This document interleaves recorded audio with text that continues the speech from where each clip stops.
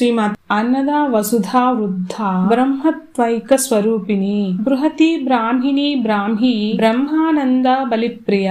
అన్నద అంటే అన్నమును ప్రసాదించేది, వసుధ సంపదలను ఇచ్చేది, వృద్ధ అంటే వృద్ధి కలిగినది, బ్రహ్మత్మైక స్వరూపిణి ఆత్మ బ్రహ్మతో ఐక్యమైన స్థితి, బృహతి అంటే వికసింపచేయుట, బ్రాహ్మిణి అంటే స్త్రీతత్వం గల బ్రహ్మస్వరూపిణి, బ్రాహ్మి అంటే పరతత్వంగా ఉన్న శక్తి, బ్రహ్మానంద అంటే బ్రహ్మానందం కలిగించేది, బలిప్రియ అంటే బలులు ఎందు ప్రీతి కలది.